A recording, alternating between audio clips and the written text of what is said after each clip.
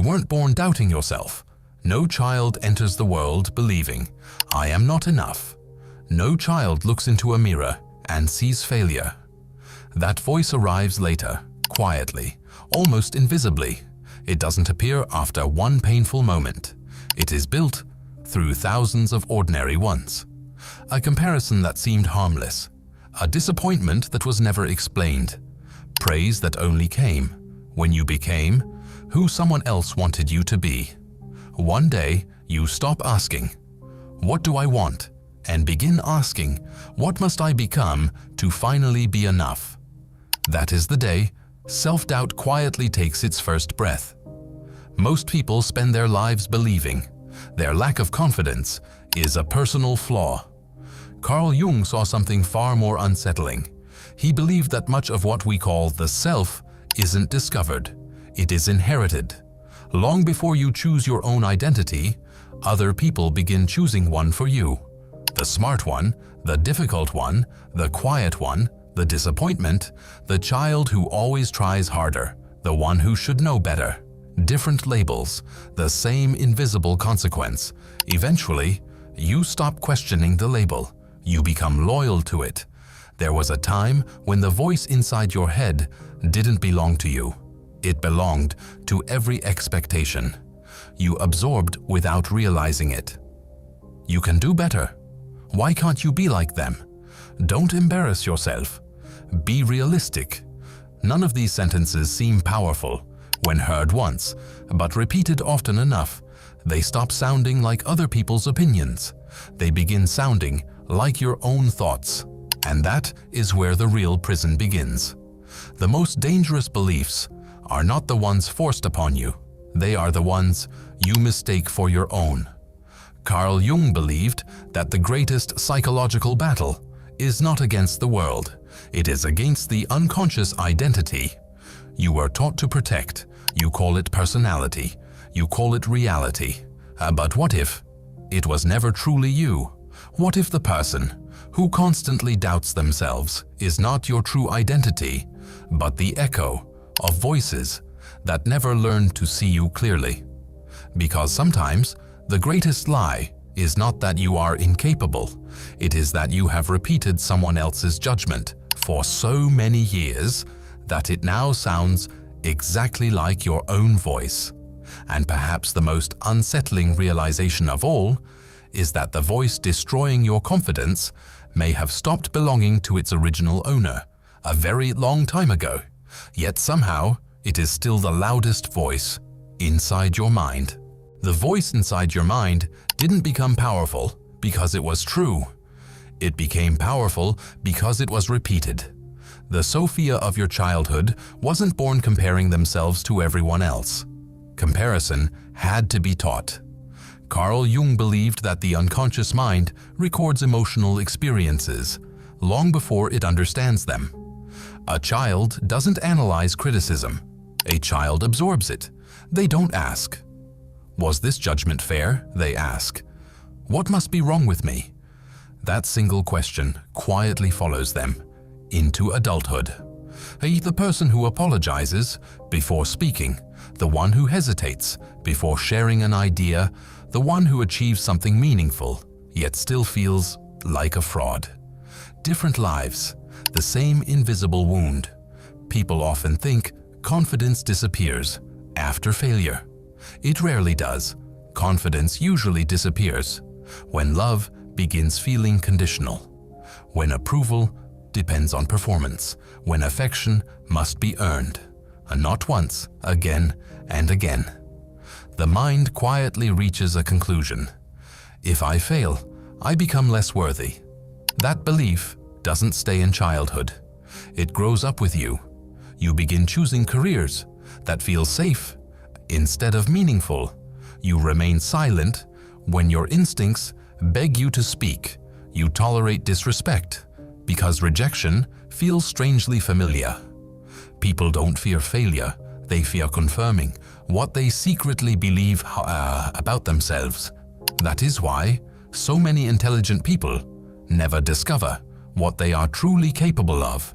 Their greatest prison isn't the world, it's the identity they no longer question.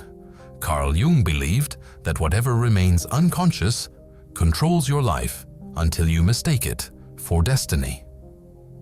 The Sophia empath slowly realizes that every time they said, "I'm just not confident," they were unknowingly protecting a story they never wrote, a story handed to them through expectations, comparison, fear, and years of borrowed judgments. People don't become small because they lack potential. They become small because they spend years trying to fit inside someone else's definition of who they should be. And perhaps that is why the most dangerous sentence isn't, "I can't do this." It is, "This is just who I am." Because the moment you stop questioning the story, you also stop searching for the person who existed before that story was ever written. The Sophia empath eventually notices that self-doubt doesn't speak loudly. It whispers, not when you're failing, but the moment you're about to grow. You finally decide to apply for the opportunity you've dreamed about. A quiet voice appears. You're not ready. You begin healing after years of emotional exhaustion. Another voice interrupts. People like you never really change. You start believing that perhaps this time life could be different.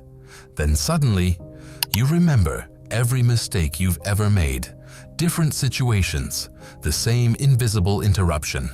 Most people think they are being realistic. Often, they are simply repeating old fears with a more convincing voice.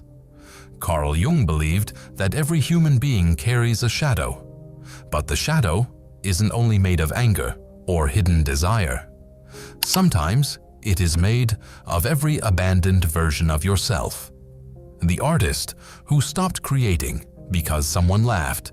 The child who stopped asking questions because curiosity became embarrassment. The dreamer who slowly learned that being practical earned more approval than being authentic. None of these versions ever truly disappeared. They simply retreated into the unconscious, waiting, watching, influencing every decision without ever introducing themselves. People often believe their biggest enemy is criticism from others. It isn't. The deepest criticism is the one that eventually learns to speak in your own voice. That is why some people can receive 100 compliments and still believe the one insult they heard years ago. The unconscious doesn't remember what happened most often. It remembers what hurt the deepest. The Sophia empath begins asking a question that changes everything. Who taught me to speak to myself this way? Not to assign blame, but to separate their true identity from inherited judgment. Because awareness doesn't erase the wound. It reveals that the wound was never your identity. People don't always become confident by learning something new. Sometimes they become confident the moment they stop believing a lie they've carried since childhood. And perhaps the first act of truly believing in yourself is not convincing yourself that you are extraordinary. It is quietly realizing that the person who has doubted you the longest may never have been the real you at all. The Sophia empath eventually discovers that believing in yourself has very little to do with confidence. It has everything to do with memory, not the memories you consciously remember, the ones your nervous system never forgot. Carl Jung believed that what is rejected doesn't disappear. It returns, not as memory, as behavior. That is why you sometimes hesitate without knowing why. Why praise makes you uncomfortable. Why success feels strangely unfamiliar. Why love sometimes feels suspicious. The unconscious is not asking what is true. It is asking what feels familiar. And if self-doubt has felt familiar for 20 years, confidence can feel like a lie. That realization changes everything because you stop asking, "Why can't I believe in myself?" and begin asking, "Who taught my mind that certainty was dangerous?" The Sophia empath remembers moments that once seemed ordinary, sharing an idea and being laughed at, crying and being told to stop being dramatic, feeling proud only to hear, "You could have done better." Different memories, the same lesson. Who you are is never enough. People rarely lose faith in themselves overnight. It disappears through repetition.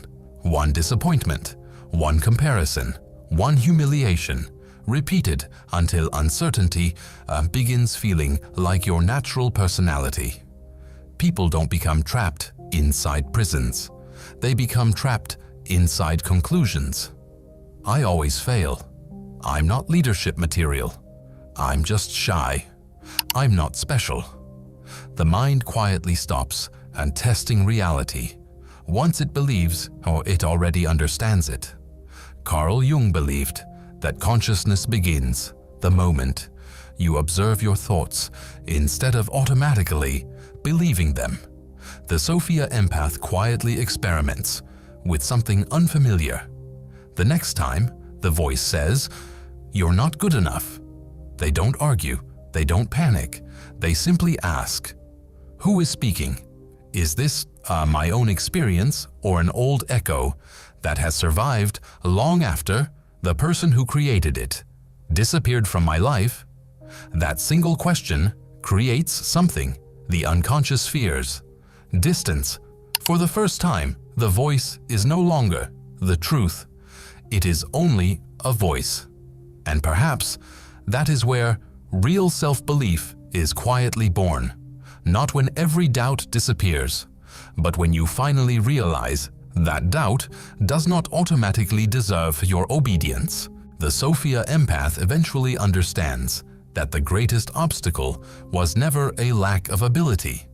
It was misplaced trust, not trust in other people, trust in the voice that kept saying, "Stay small." Carl Jung believed that every person wears a persona, a carefully constructed identity designed to earn acceptance. The persona isn't evil, it is protective. It learns what gains approval, what avoids criticism, what keeps rejection at a safe distance. For years, the Sophia empath believed that this mask was their true self, the agreeable one, the careful one, the person who never risked looking foolish, who measured every word before speaking, who constantly asked, "What will they think?" Different situations, the same invisible prison. The tragedy is not that the persona exists. The tragedy is forgetting that it is only a mask. People often believe they don't trust themselves because they lack evidence. The opposite is usually true. They ignore evidence that doesn't match their old identity. Every success is dismissed as luck.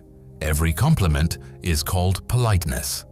Every achievement is quickly forgotten, but every mistake is carefully collected, protected, repeated, almost worshipped.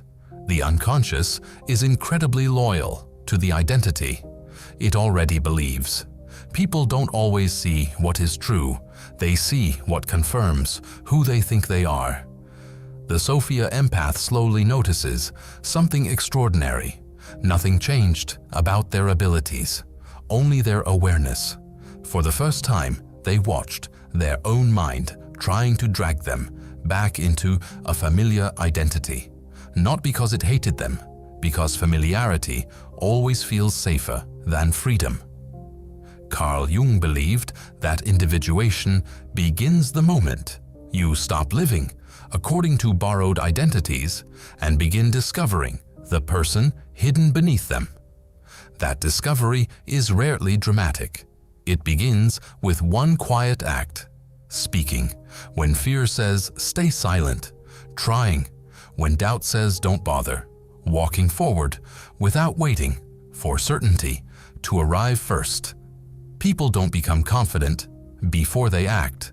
Very often, They become confident because they acted while uncertainty was still whispering. And perhaps the reason you have struggled to believe in yourself has never been that you lacked strength. Perhaps you simply spent years protecting a version of yourself that was created to survive instead of becoming the person you were always capable of being. The Sophia empath eventually realizes that self-belief is not something you build, it is something you recover. Because somewhere, long before fear, long before comparison, long before impossible expectations, there was a version of you who never questioned whether they deserved to exist. Carl Jung believed that every person contains a self, not the personality. The world applauds, not the mask, that earns acceptance, but something deeper, whole, untouched, waiting. The tragedy is not that we lose this self, it is that we spend years mistaking everything else for it. The Sophia empath begins looking back, not with regret, but with clarity. They remember every opportunity they abandoned because they assumed someone else was more capable. Every relationship they settled for because loneliness felt less frightening than rejection. Every dream they quietly buried before life ever had the chance to test it. Different choices, the same hidden belief. I am not enough. People don't always sabotage their future because they expect failure. Sometimes they sabotage it because success would force them to become someone their old identity could no longer recognize. That is why change feels dangerous, not because the future is uncertain, because the past is familiar. Carl Jung believed that the unconscious always resists transformation, not out of cruelty, out of survival. The mind asks, if I let go of the person I've always believed I was, who will I become? The Sophia empath finally understands that this question has only one honest answer. I don't know. And perhaps that uncertainty isn't the problem. Perhaps it is the beginning of freedom. People spend years waiting to believe in themselves before they change, but maybe belief was never meant to come first. Maybe belief is simply the quiet reward for repeatedly choosing to act as the person your fear insisted could never exist. The Sophia empath no longer waits for every doubt to disappear. They no longer expect their past to give them permission to create a different future, because they finally understand that confidence is not the absence of fear. It is the decision to stop allowing fear to introduce you to yourself. The day you truly begin to believe in yourself is not the day you become perfect. It is the day you stop allowing old wounds to decide who you are allowed to become. The Sophia empath eventually understands that the greatest deception was never created by the world. It was created by the unconscious agreement they made with every voice that underestimated them. Carl Jung believed that until the unconscious becomes conscious, it will direct your life and you will call it fate. For years, the Sophia empath believed their fear was simply part of their personality, their hesitation, their self-doubt, their constant need for reassurance. It all felt like destiny, until one quiet realization changed everything. Perhaps none of it had ever belonged to them. Perhaps they had simply inherited an unfinished story, a story written by fear, edited by criticism, repeated by habit, and protected by familiarity. The moment they saw that, something extraordinary happened. The prison door had never been locked, only believed to be. People spend decades trying to become someone worthy of believing in. Very few stop long enough to ask, who convinced me that I wasn't already? That question cannot change the past, but it quietly changes every future decision, because once you begin questioning the origin of your self-doubt, it slowly loses the authority it once had. Carl Jung believed that individuation is the lifelong journey of becoming who you truly are, not who your fear created, not who your family expected, not who society rewarded, but the person waiting quietly beneath every borrowed identity. The Sophia empath finally realizes that believing in yourself was never about thinking you are better than anyone else. It was about refusing to let someone else's fear become your identity. People don't become extraordinary because they never doubt themselves. They become extraordinary because one day they stop treating doubt as evidence and start seeing it for what it really is. A frightened voice trying to protect a version of them that no longer needs protecting. Perhaps that is why the strongest people rarely say, "I have no fear." They simply stop allowing fear to make introductions, because fear has only ever known the person you used to be. It has never met the person you are still becoming. And maybe that is Carl Jung's quietest truth. The life you were meant to live doesn't begin when the world finally believes in you. It begins at the moment you stop asking old wounds for permission to become someone new.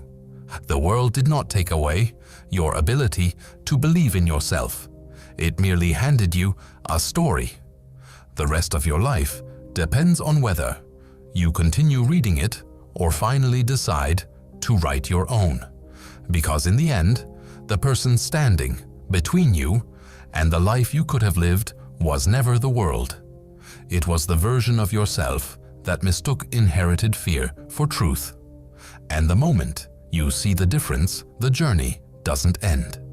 For the very first time, it truly begins.